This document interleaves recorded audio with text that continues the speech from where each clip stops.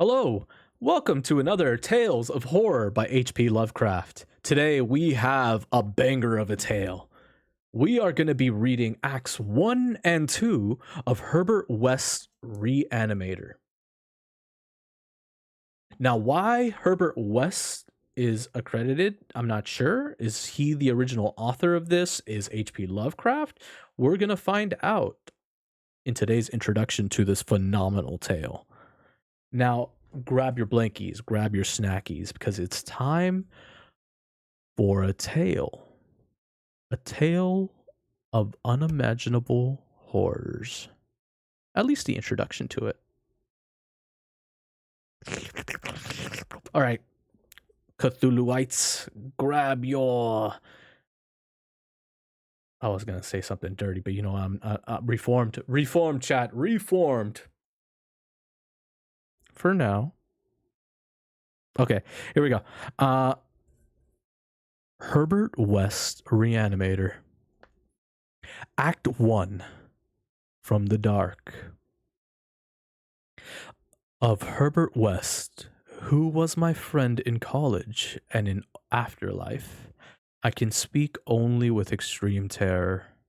This terror is not due altogether to the sinister manner of his recent disappearance, but was engendered by the whole nature of his life work.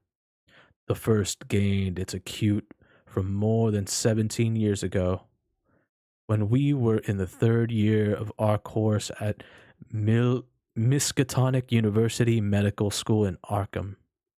While he was with me, the wonder and diabolism of his experiments fascinated me utterly, and I was his closest companion. Now that he is gone and the spell is broken, the actual fear is greater. Memories and possibilities are ever more hideous than realities. The first horrible incident of our acquaintance was the greatest shock I ever experienced. And it is only with reluctance that I repeat it. As I have said, it happened when we were in medical school, where West had already made himself notorious through his wild theories on the nature of death and the possibility of overcoming it artificially. His views, which were widely ridiculed by the faculty and by his fellow students, hinged on the essentially mechanist nature of life, and concerned means for operating the organic machinery of mankind by calculated chemical action after the failure of natural processes. In his experiments with various animating solutions, he had killed and treated immense numbers of rabbits, guinea pigs, cats, dogs, and monkeys, till he had become the prime nuisance of the college. Several times he had actually obtained signs of life in animals supposedly dead.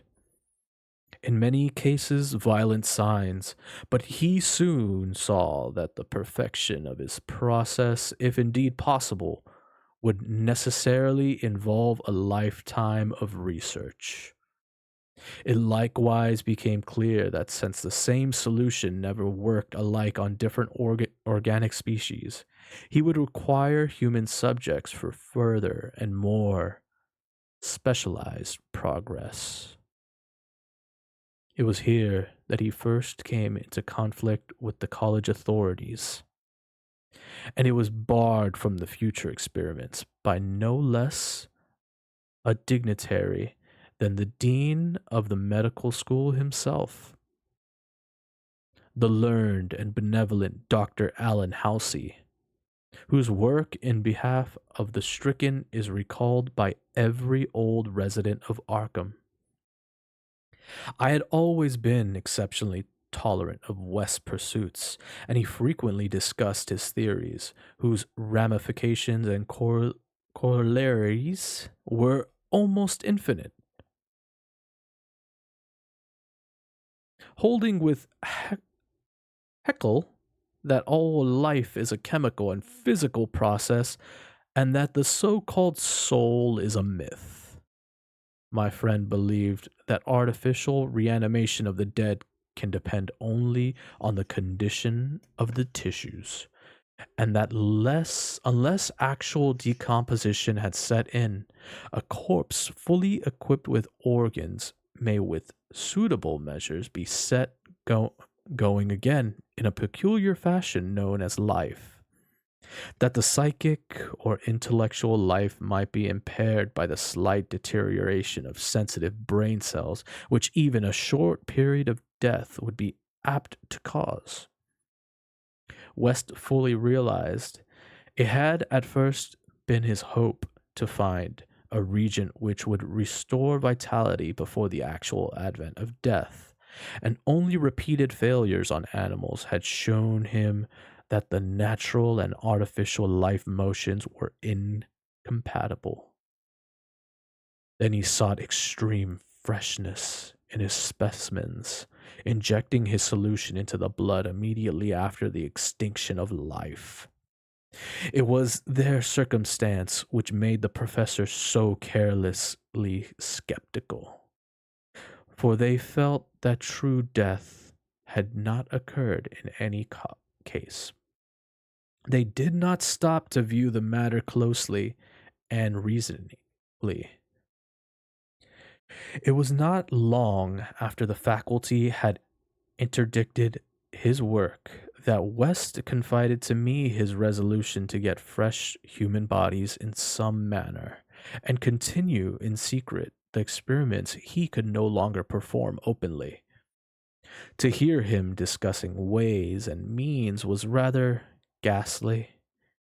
For at the college, we had never procured anatomical specimens otherwise ourselves. Whenever the morgue proved inadequate, two local N-words attended to this matter, and they were seldom questioned. Ooh, I can't say that, Mom. Okay, this is an old book, chat. This is an old book. All right, all right. West was then a small, slender, spectacled youth with delicate features, yellow hair, pale blue eyes, and a soft voice. And it was uncanny to hear him dwelling on the relative merits of Christ Church Cemetery and the Potter's Field. We finally decided on the Potter's Field because practically every body in Christ Church was embalmed, a thing, of course, ruinous to West researches. I was by this time his active and enthralled assistant, and helped him make all his decisions, not only concerning the source of bodies, but concerning a suitable place for our loathsome work. It was I who thought of the deserted Chapman farmhouse beyond Meadow Hill, where we fitted up on the ground floor an operating room and a laboratory, each with a dark curtain to conceal our midnight doings. The place was far from any road, and in sight of no other house, yet precautions were none the less necessary, since rumors of strange lights started by chance nocturnal roamers, would soon bring disaster on our enterprise. It was agreed to call the whole thing a chemical laboratory if discovery should occur.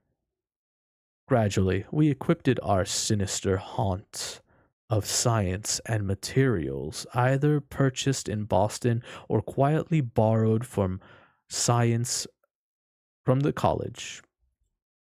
Materials carefully made, unrecognizable save to expert eyes, and provided spades of picks for the many burials we should have to make in the cellar. At the college, we used an incinerator, but the apparatus was too costly for our unauthorized laboratory. bodies were always a nuisance, even the small guinea pig bodies from the slight clandestine experiments in West's room at the boarding house. We followed the local death notices like ghouls, for our specimens demanded peculiar qualities. What we wanted were corpses interred soon after death and without artificial preservation, preferably free from malforming disease, and certainly with all organs present. Accident victims were our best hope. Not for many weeks did we hear of anything suitable, but we talked with morgue and hospital authorities, ostensibly in a college's interest, as often as we would without exciting suspicion. We found that the college had first choice in every case, so that it might be necessary to remain in Arkham during the summer, when only the limited summer school classes were held. In the end, though, luck favored us, for one day we heard of an almost ideal case to the potter's field. A brawny young workman drowned only the morning before in Summer's Pond and buried at the town's expense without delay or embalming. That afternoon, we found the new grave and determined to begin work soon after midnight. It was a repulsive task that we undertook in the black small hours, even though we lacked at that time the special horror of graveyards which later experiences brought to us. We carried spades and oil dark lanterns, for although electric torches were then manufactured, then they were not as satisfactory as the tungsten contrivances of today. The process of unearthing was slow and sordid.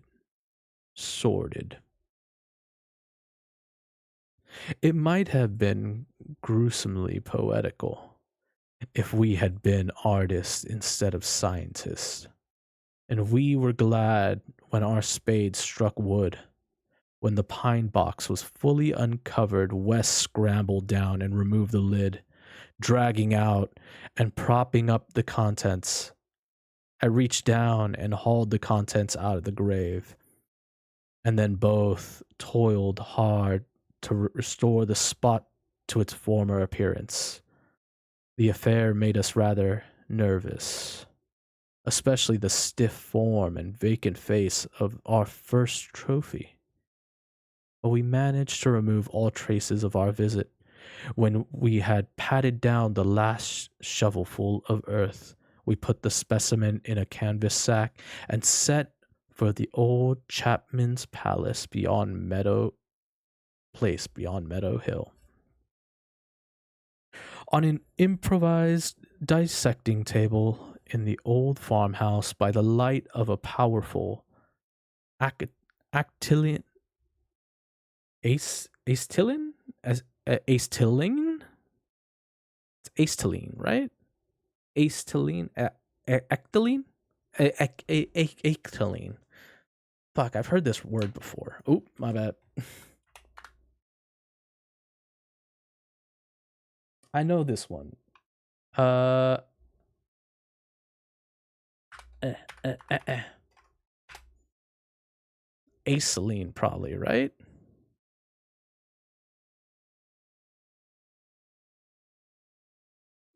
Oh,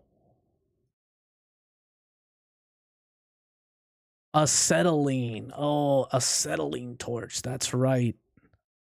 What a weird form of pronunciation for that one. Acetylene. It's so weird, chat. Oh, God. I lost my place.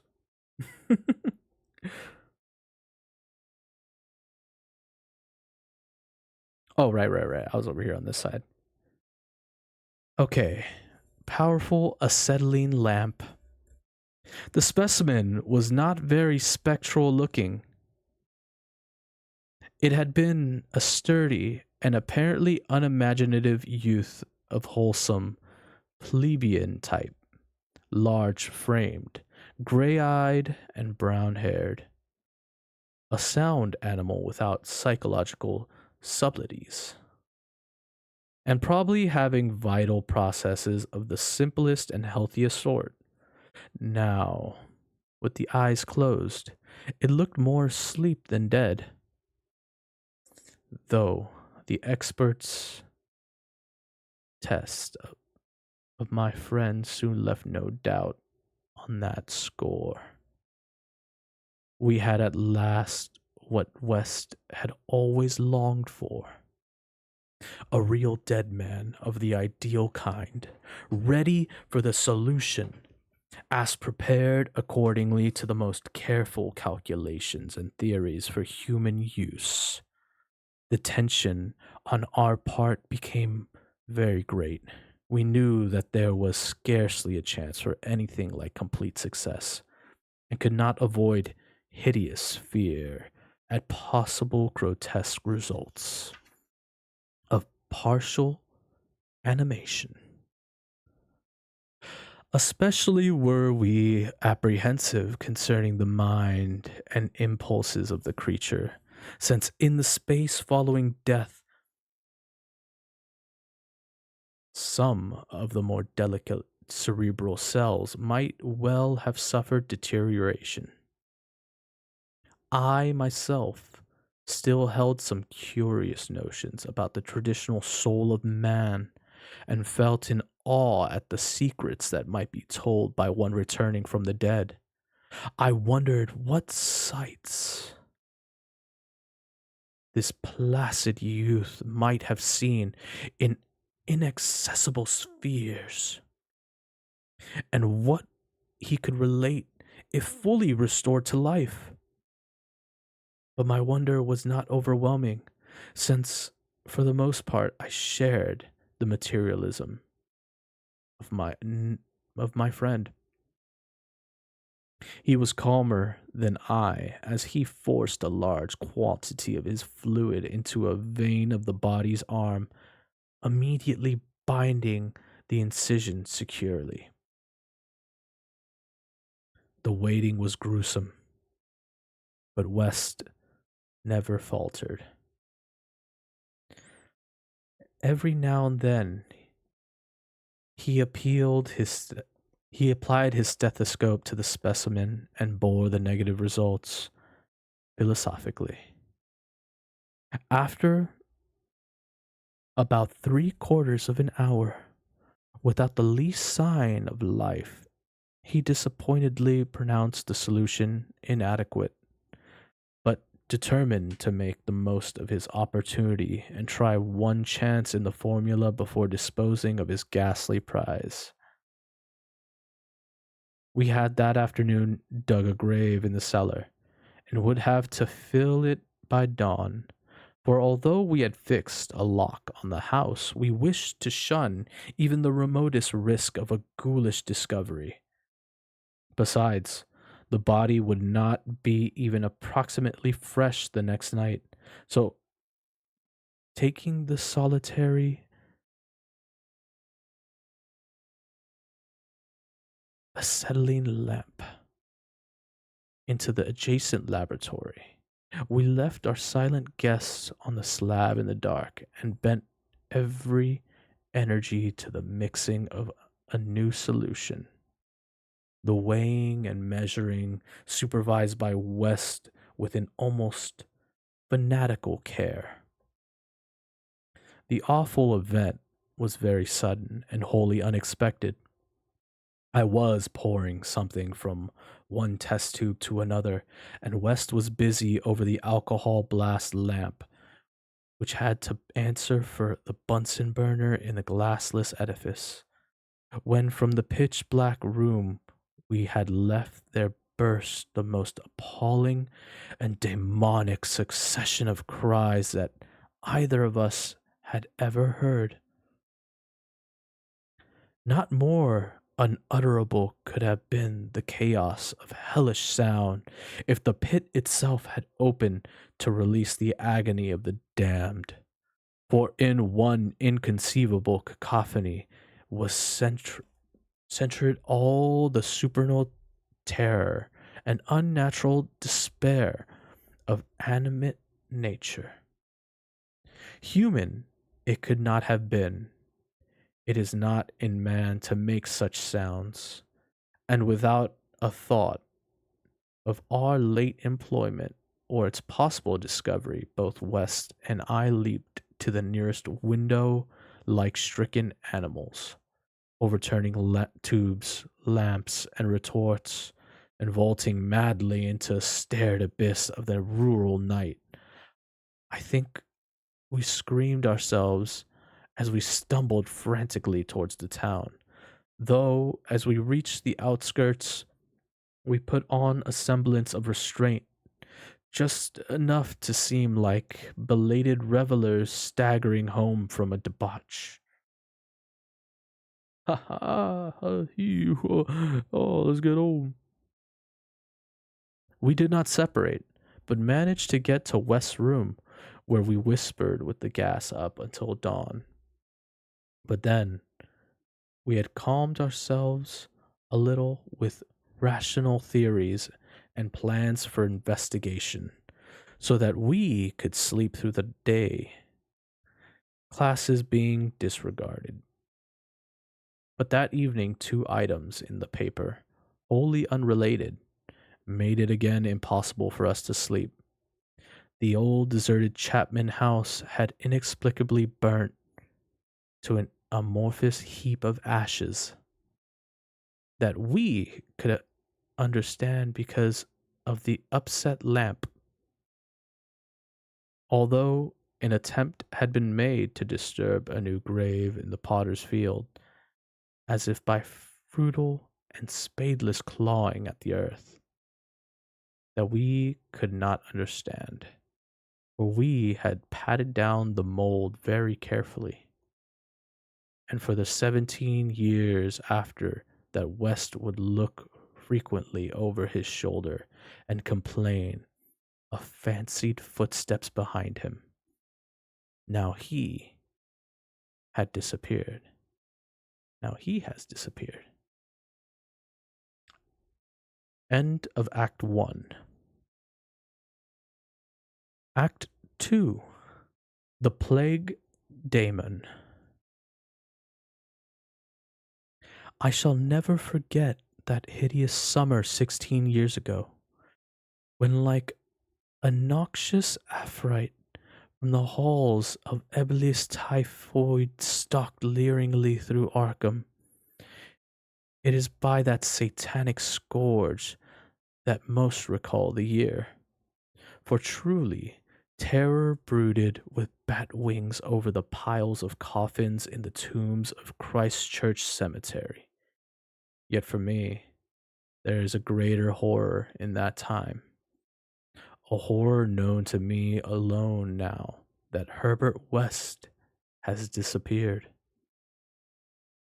West and I were doing postgraduate work in summer classes at the medical school of Miskatonic University, and my friend had attained a wide notoriety because of his experiments leading towards the revivification of the dead. After the scientific slaughter of his uncounted small animals, the freakish work had ostensibly stopped by order of our skeptical dean, Dr. Allen Halsey, though West had continued to perform certain secret tests in his dingy boarding house room, and had on one terrible and unforgettable occasion taken a human body from its grave in the potter's field to the deserted farmhouse beyond Meadow Hill. I was with him on that odious occasion, and saw him inject into the still veins the elixir which he thought would to some extent restore life's chemical and physical processes. It had ended horribly, in a delirium of fear which we gradually came to attribute to our own overwrought nerves. And West had never afterwards been able to shake off a maddening sensation of being haunted and hunted. The body had not been quite fresh enough. It is obvious, and the burning of the old house had prevented us from burying the thing. It would have been better if we could have known it was underground.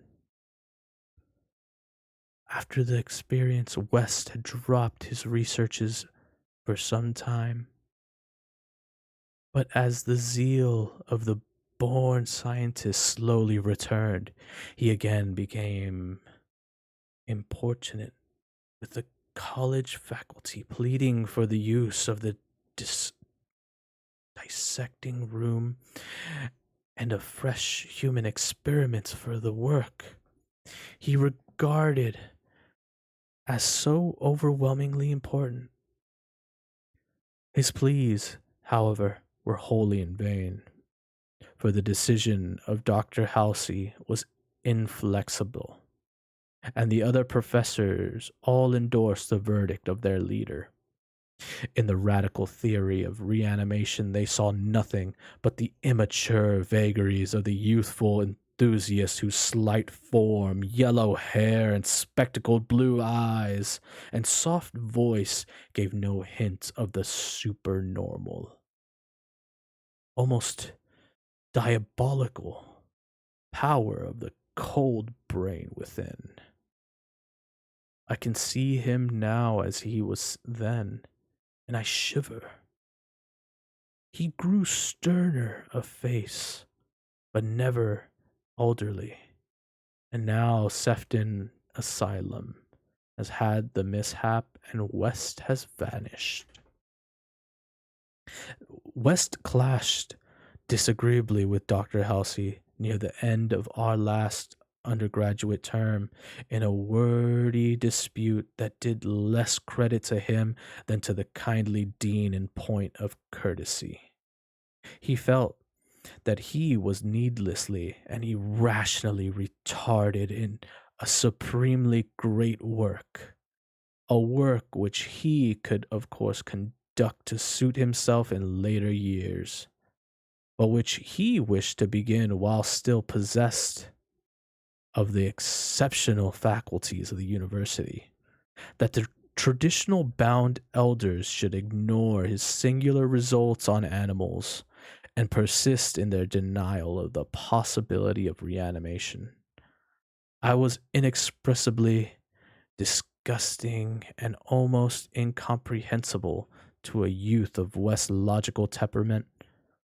Only greater maturity could help him understand the chronic mental limitations of the professor doctor type, the product of generations of pathetic puritanism, kindly, conscientious, and sometimes gentle and amiably, yet always narrow, intolerant, custom ridden, and lacking it in perspective. Age has more charity for these incomplete yet high souled characters, whose worst real vice is timidity, and who is ultimately punished by general ridicule for their intellectual sins, sins like Ptolemaism, Calvinism, anti Darwinism, anti Nietzscheism,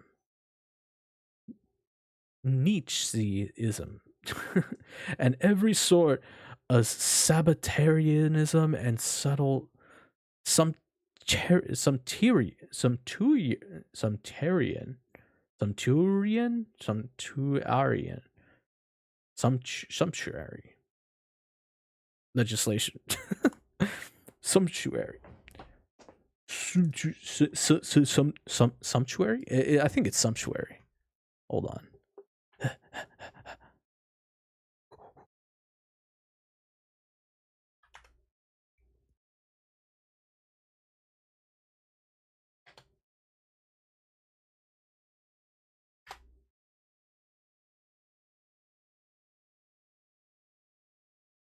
Oh, I was right. Sumptuary. Huh. Okay. Hey, I'm getting better at this, chat. Legislation. West Young, despite his marvelous scientific acquirements, had scant patience with good Dr. Halsey and his erudite colleagues, and nursed an increasing resentment coupled with a desire to prove his theories to these obtuse worthies in some striking and dramatic fashion. Like most youths, he indulged in elaborate daydreams of revenge, triumph, and final magnanimous forgiveness. And then had come to the scourge, grinning and lethal from the nightmare caverns of Tartarus. West and I had graduated about the time of its beginning, but had remained for additional work at the summer school, so that we were in Arkham when it broke and with full demonic fury upon the town. Though not as yet licensed physicians, we now had our degrees and were pressed frantically into public service as the numbers of our stricken grew. The situation was almost past management, and death ensued too frequently for our local undertakers fully to handle. Burials without embalming were made in rapid succession, and even the Christ Church cemetery receiving tomb was crammed with coffins of the embalmed dead. The circumstance was not without effect on West, who thought often of the irony of the situation. So many fresh specimens, yet none for his persecuted researches. We were frightfully overworked, and the terrific mental and nervous strain made my friend brood morbidly. But West's gentle enemies were no less harassed with prostrating duties. College had all but closed, and every doctor of the medical faculty had was helping to fight the typhoid plague.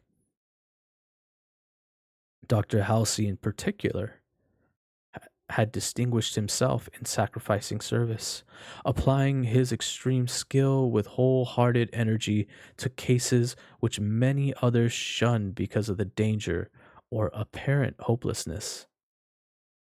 Before a month was over, the fearless dean had become a popular hero, though he seemed unconscious of his fame as he struggled to keep from collapsing with physical fatigue and nervous exhaustion. West could not uphold admiration for the fortitude of his foe, but because of this was even more determined to prove to him the truth of his amazing doctrines. Taking advantage of the disorganization of both college work and municipal health regulations, he managed to get a recently deceased body smuggled into the university dissecting room one night, and in my presence injected the new modification of his solution. The thing actually opened its eyes, but only stared at the ceiling with a look of soul petrifying horror before collapsing into an inertness from which nothing could rouse it. West said it was not fresh enough. The hot summer air does not favor corpses. That time we were almost caught before we incinerated the thing, and West doubted the adversibility of repeating his daring misuse of the college laboratory. The peak of the epidemic was reached in August. West and I were almost dead, and Dr. Halsey did die on the 14th. The students all attended the hasty funeral on the 15th and brought an impressive wreath, though later was quite overshadowed by the tributes sent by wealthy Arkham citizens and by the municipality itself. It was almost a public affair, for the dean had surely been a public benefactor. After the entombment, we were all somewhat depressed, and spent the afternoon at the bar of the commercial house, where West, though shaken by the death of his chief opponent, chilled the rest of us with references to his notorious theories. Most of the students went home, or to various duties as the evening advanced, but Wes persuaded me to aid him in making a night of it. West's landlady saw us arrive at his room about 2 in the morning, with a third man between us, and told her husband that we had all evidently dined and wined rather well. Apparently, this acidulous matron was right. For about 3 a.m., the whole house was aroused by cries coming from West's room, where, when they broke down the door, they found the two of us unconscious on the blood-stained carpet, beaten, scratched, and mauled, and with the broken remnants of West's bottles and instruments around us. Only an open window told what had become of our assailant. The many wondered how he himself had fared after the terrific leap from the second story to the lawn which he must have made. There were some strange garments in the room, but West, upon regaining consciousness, said they did not belong to the stranger, but were specimens collected for bacteriological analysis in the course of investigations on the transmission of germ diseases. He ordered them burnt as soon as possible in the capacious fireplace. To the police, we both declared ignorance of our late companion's identity. He was, West nervously said, a congenial stranger whom we had met on some downtown bar of uncertain location. We had all been rather jovial, and West and I not wished to have our pugnacious companion hunted down. That same night saw the beginning of the second Arkham horror, the horror that, to me, eclipsed the plague itself. Christ Church Cemetery was the scene of a terrible killing. A watchman having been clawed to death in a manner not only too hideous for description, but raising a doubt as to the human agency of the deed. The victim had been seen alive considerably after midnight.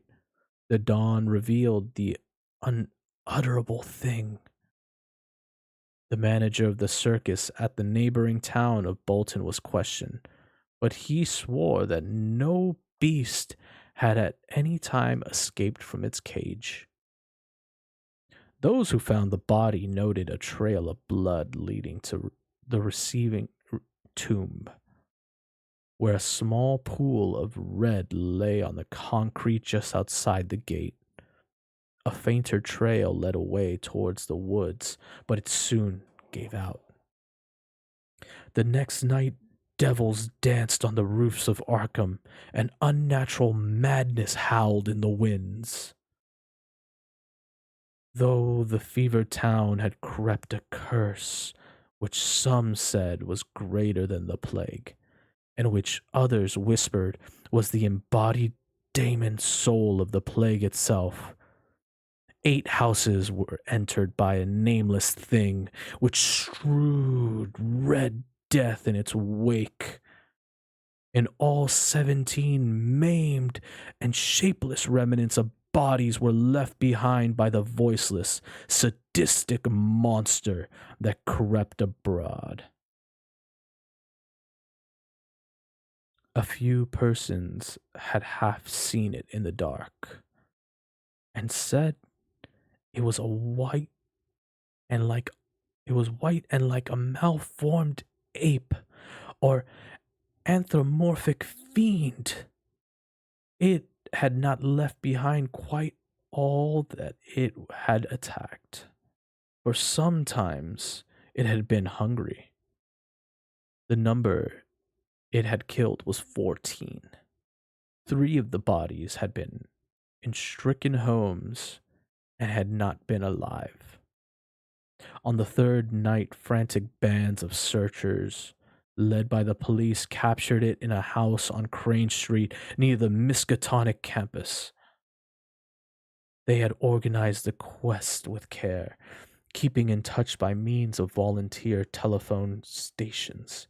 And when someone in the college district had reported hearing a scratching at a shuttering window, the net was quickly spread. On account of the general alarm and precautions, there were only two more victims, and the capture was effective without major casualties. The thing was finally stopped by a bullet, though not a fatal one, and was rushed to the local hospital amidst universal excitement and loathing. For it had been a man. This much was clear despite the nauseous eyes and voiceless simianism and the demonic savagery. They dressed its wound and carted it to the asylum at Sefton, where it beat its head against the walls of a padded cell for 16 years, until the recent mishap, when it escaped under circumstances that few like to mention.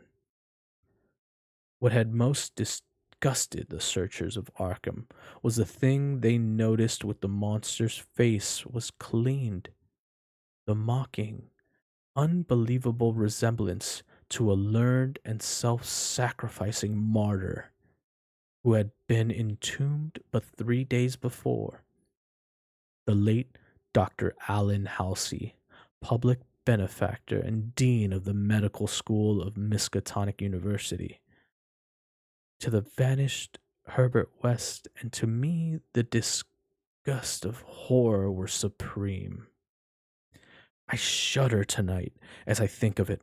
Shudder even more when I did that morning when West muttered through his bandages. Damn it. It was quite fresh enough. And that concludes Act 2 of Reanimator. I hope you guys are enjoying that tale of horror. Ooh, Reanimator. This is starting out real good. I'm liking this. I can't wait to get to 3 and 4 for next time. I hope you guys have a wonderful night. And if you're watching from YouTube, make sure you hit that like and subscribe right down below. If you're watching from Twitch, make sure you follow and hit that notification button. It'll let you know when I'm going live next. Whether I'm playing games or doing another reading like this, hey, there's a lot of cool stuff. I appreciate every single one of you that have stopped by, that were watching, even if you weren't in chat, if you were just participating, hearing along. I usually do this for you all and myself. I'm reading these stories in real time. So I don't know what's half of these stories are about either. I'm kind of like finding out about them, same as you. Yes, I come across some words that I don't not necessarily used to reading, so it's good for me to learn some of those words too now, so that next time I come across them, it's much easier for me to encounter them. But thank you so much to everybody. I hope you have a wonderful fucking night. I'm gonna go get what little rest I can still get because I'm gonna be driving some family to TJ in the morning. So I'm going to get a little bit of sleep. I don't know. Maybe I might play some ranks of something. I can be convinced. All right. I'll see you guys later.